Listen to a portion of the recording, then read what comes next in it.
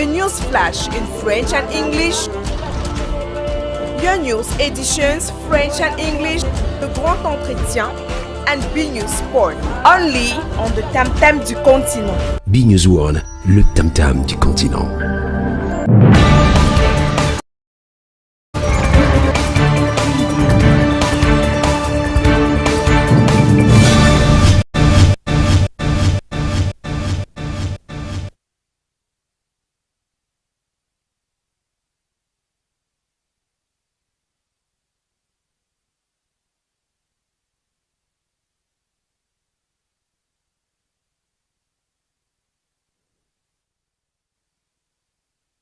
Across the continent, with the opening match between Morocco and Comoros that end up 2-0. Africa's best teams are now in the race of continental glory as fans eagerly follow the competition both in stadiums and from home.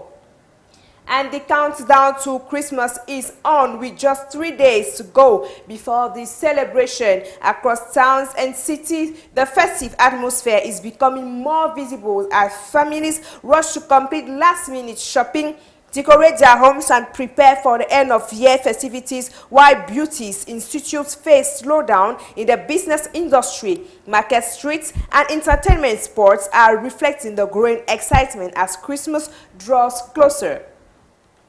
That was it for the headlines, the development. Coming up next.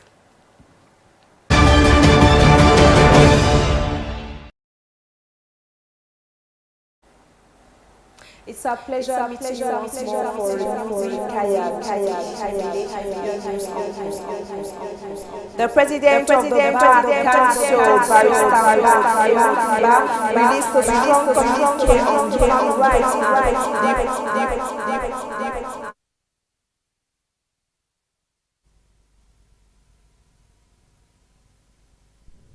of the political climate and highlighted excesses by security forces and control, including arrest that may have violated.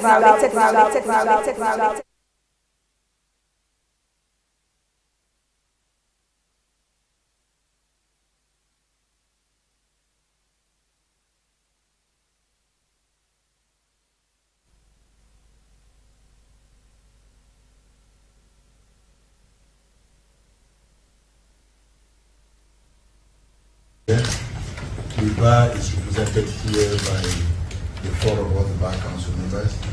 The entire bar council would have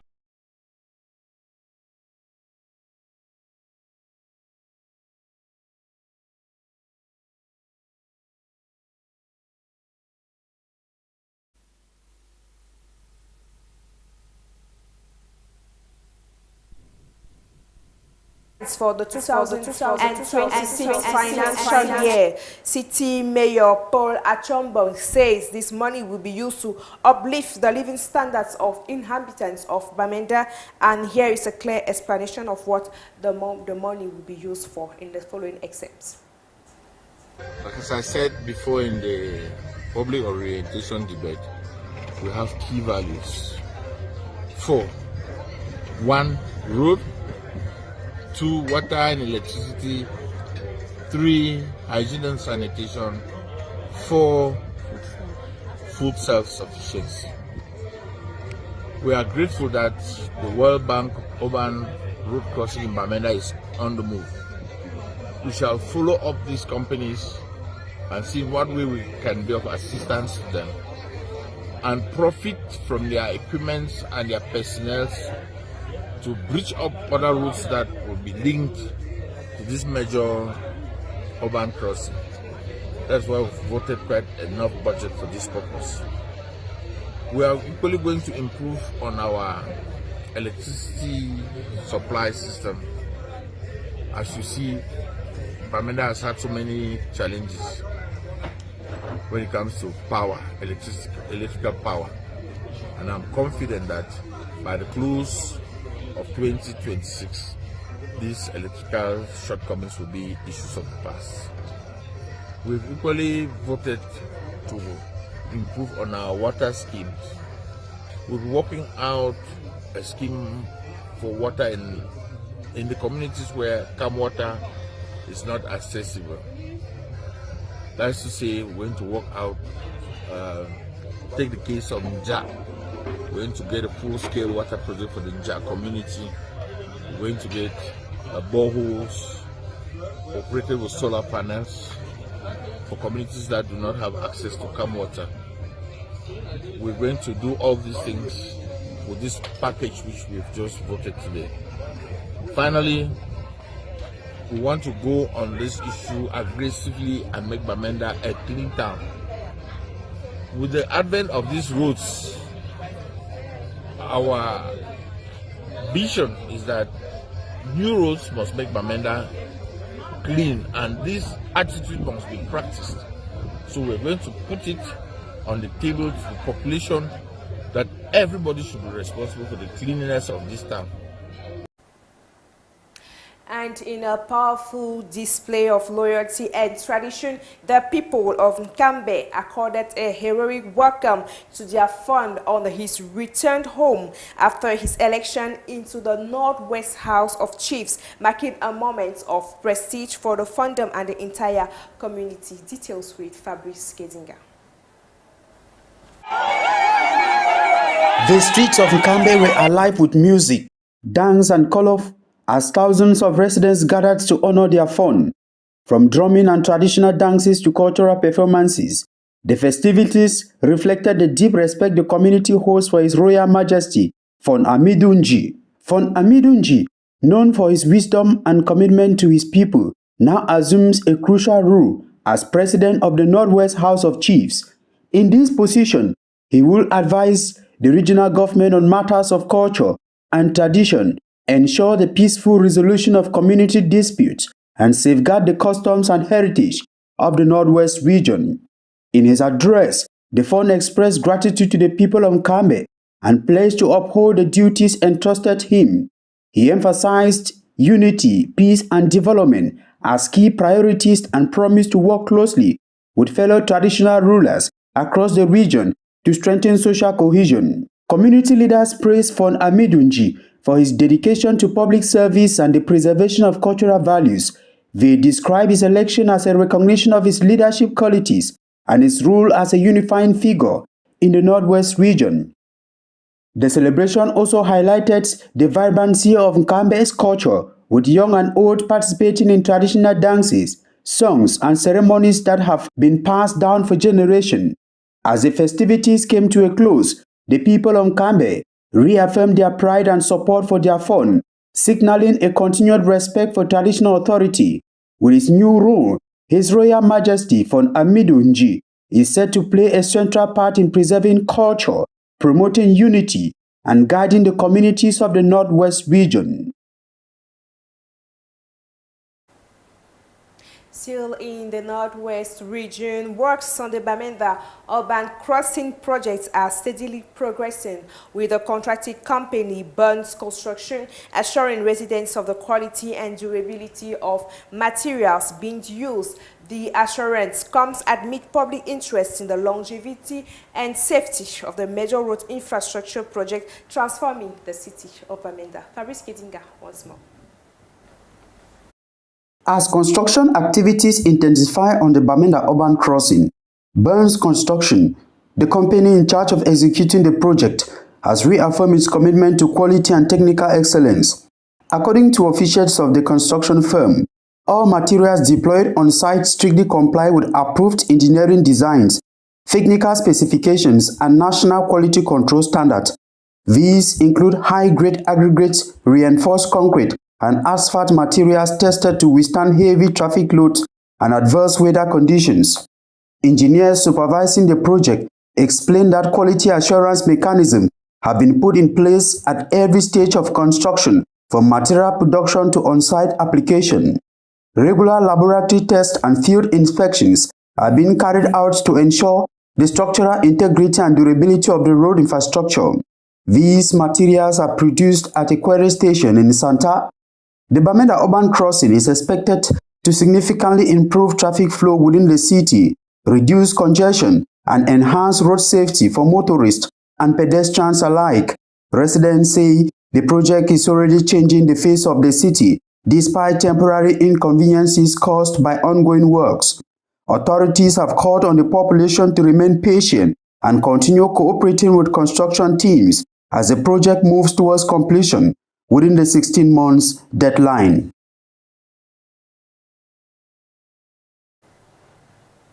And if you are just joining us, this is the 6:30 p.m. live on BNews 1. Talking about health tonight, Cameroon asserted its rising global influence traditional medicines at the second World Summit in New Delhi, showcasing major legislative progress and a strong vision for integrating ancestral knowledge into modern health systems. Reports. Cameroon's high-level participation in the Second World Summit on Traditional Medicine, held from the 17th to 19th of December 2025 in New Delhi, highlights the growing influence of the country's health diplomacy driven by the enlightened vision of His Excellency Paul Biya, President of the Republic. 1 year after the enactment of Law Number 2024/018 of the 23rd of December 2024, Cameroon has positioned itself as a continental model in the regulation of traditional medicine. These pioneering laws ensures the protection of communities' intangible heritage, the safeguarding of intellectual property, the control of the quality, safety, and efficacy of traditional pharmacopoeia products. Implementation takes under preparation will further define training, verification, and the organization of practitioners. With nearly 80% of the population relying on traditional medicines, Cameroon has chosen to fully recognize and strengthen this essential sector. The goal is to ensure patient safety, preserve biodiversity, and promote endogenous knowledge systems. In New Delhi, Minister of Public Health Dr. Manauda Malashi presented a vision aligned with the WHO traditional medicine strategy, advocating for the responsible integration of traditional medicine into the national health system, the strengthening of scientific evidence, the progressive introduction of traditional medicine services in conventional hospitals. Cameroon also reiterated its call for international support in establishing a WHO collaborating center, which will play a key role in ensuring safe, ethical, and sustainable integration. As China prepares to host the next summit and the Traditional Medicine Forum is scheduled in Nairobi in February 2026, Cameroon remains committed to advancing this agenda and reaffirming its position as a continental and global leader. On to something else now. Joy, gratitude, and reflections filled the air in Akono as the Catholic community of Our Lady of the Seven Sorrows Parish marks 100th year of existence, celebrating a century of faith, resilience, and communal commitment under the guidance of the Archbishop of Yaoundé, His Grace Jean Barga. Micheline Bilowa for details. It was a historic and emotional moment at the Our Lady of Seven Sorrows Parish in Akono, as Christians gathered in large numbers to commemorate the centenary of their church. The celebration was crowned by a solemn Eucharistic Mass presided over by the Archbishop of Yaoundé, His Grace Jean Barga, in the presence of clergy, parishioners, and guests from within and beyond the locality. In his homily, the Archbishop called on the faithful to draw strength from the rich spiritual and cultural heritage of Akono, while working responsibly to secure a better future for their community. He emphasized that faith must go hand in hand with development, unity, and commitment to the common good. To succeed, to give to the youth the capacities that can help us to grow. We want to emphasize on the evolution of the society here in Akono. There is many talents, but now it is time to give them prosperity. As part of the centenary celebrations, funds were raised to support ongoing and future constructions and renovation projects within the parish, reflecting the community's determination to modernize its infrastructure while preserving its spiritual legacy. I came to launch it today to call all the Christians, to all the faithful, to the students who has been here to come and sustain the evolution of this celebration. The centenary activities of Our Lady of the Seven Sorrows Parish, Akono, will continue until December 21st, 2026, marking a full year of reflection, thanksgiving, and renewed commitment to faith and community service. Onto some festive vibes as the end-of-year festivities draw closer. Beauty salons are usually amongst the busiest places in town, but this year the atmosphere in several beauty institutes tells a different story, marked by caution, irregular client flow, and high expectations for better days ahead. Micheline Biloa once more. Hairdressers, makeup artists, and beauticians are once again preparing for Christmas and New Year celebrations, traditionally a peak period for their activities. From braiding to makeup sessions, salons are open longer hours, waiting for clients eager to look their best for the holidays. However, the anticipated rush is not fully materializing. Many professionals describe a slow and unpredictable flow of customers, with some days active and others completely quiet. This year is just average. Last year there was a lot of rush, but this year is not the same. Some days we can work, other days we don't, and sometimes we can even go a whole day without receiving a single client. We are hoping the days ahead will be better. On average, we do about 3 hairstyles a day, which is quite low for the festive season. Normally we can have more than 5 clients a day, but this year, business has dropped. Despite the challenges, salon owners remain hopeful that the days leading up to Christmas and New Year will bring renewed activity, as last-minute beauty preparations often characterize the festive period. For now, patience and optimism remain their strongest tools, as beauty institutes hold on, hoping the season will still deliver. And beyond our borders tonight, all 130 school children abducted in November have been released after weeks in captivity, according to Nigerian authorities. Elsewhere, the Sudan has called on African partners to take action against the Rapid Support Forces, accusing the group of fueling instability and war crimes during the Russia-African Forum. Micheline Biloa. In Nigeria, authorities have confirmed the release of 130 school children who were abducted in November during a raid on their school in the north of the country.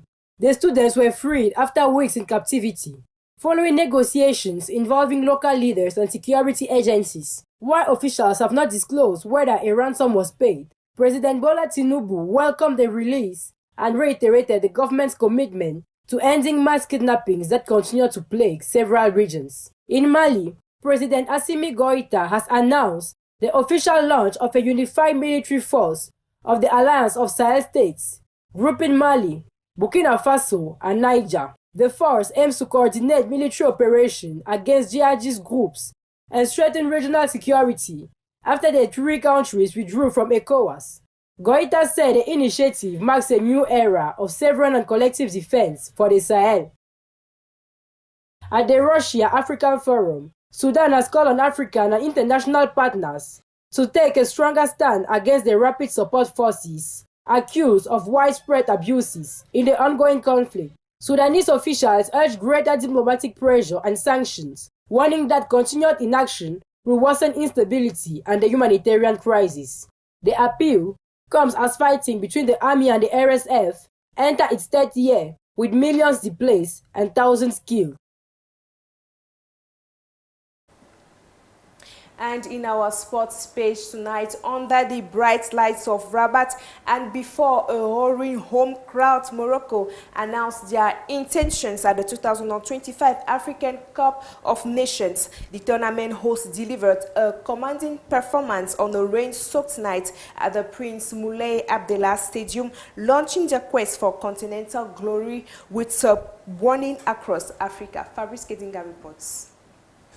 Morocco began their quest for continental glory on a positive note, securing a crucial win in their opening match of the 2025 Africa Cup of Nations, beating Comoros 2-0 on a rainy night at the Prince Moulay Abdallah Stadium in Rabat. Playing before a packed stadium and buoyed by home support, the Atlas Lions dominated proceedings from the early stages, displaying confidence, ball possession and tactical discipline. Their attacking intent paid off as they broke down a resilient opposition, converting chances to take control of the match. The Moroccan defense also stood firm, limiting Comoros to few clear opportunities and ensuring a solid performance at the back. Goalkeeper and defenders worked in unison to preserve the advantage and see out the game comfortably. The victory places Morocco in strong position in their group and sends a clear message to the rest of the continent about their ambition in this year's tournament. Head coach and players alike have reiterated their desire to go all the way, with expectations high for the tournament's hosts. Fans across the country celebrated the opening win, hopeful that this performance sets the tone for a successful AFCON campaign on home soil. Real Madrid's Brahim Diaz scored the first goal for the Moroccans 10 minutes into the second half. The glorious moment for the Atlas Lions came as Ayouk El Kabi netted a sensational overhead kick with a quarter of an hour left on the clock. With a winning start secured, Morocco will now turn attention to their next group fixture, aiming to build momentum and edge closer to qualification for the knockout stages. The 2025 Africa Cup of Nations officially went underway yesterday, and the hosts have laid down an early marker. Straight down the centre now. Numbers there for Morocco to take advantage. Salah in. Oh, that is sensational! And this is the end of this 6:30 p.m. news live on B News 1. Ladies and gentlemen,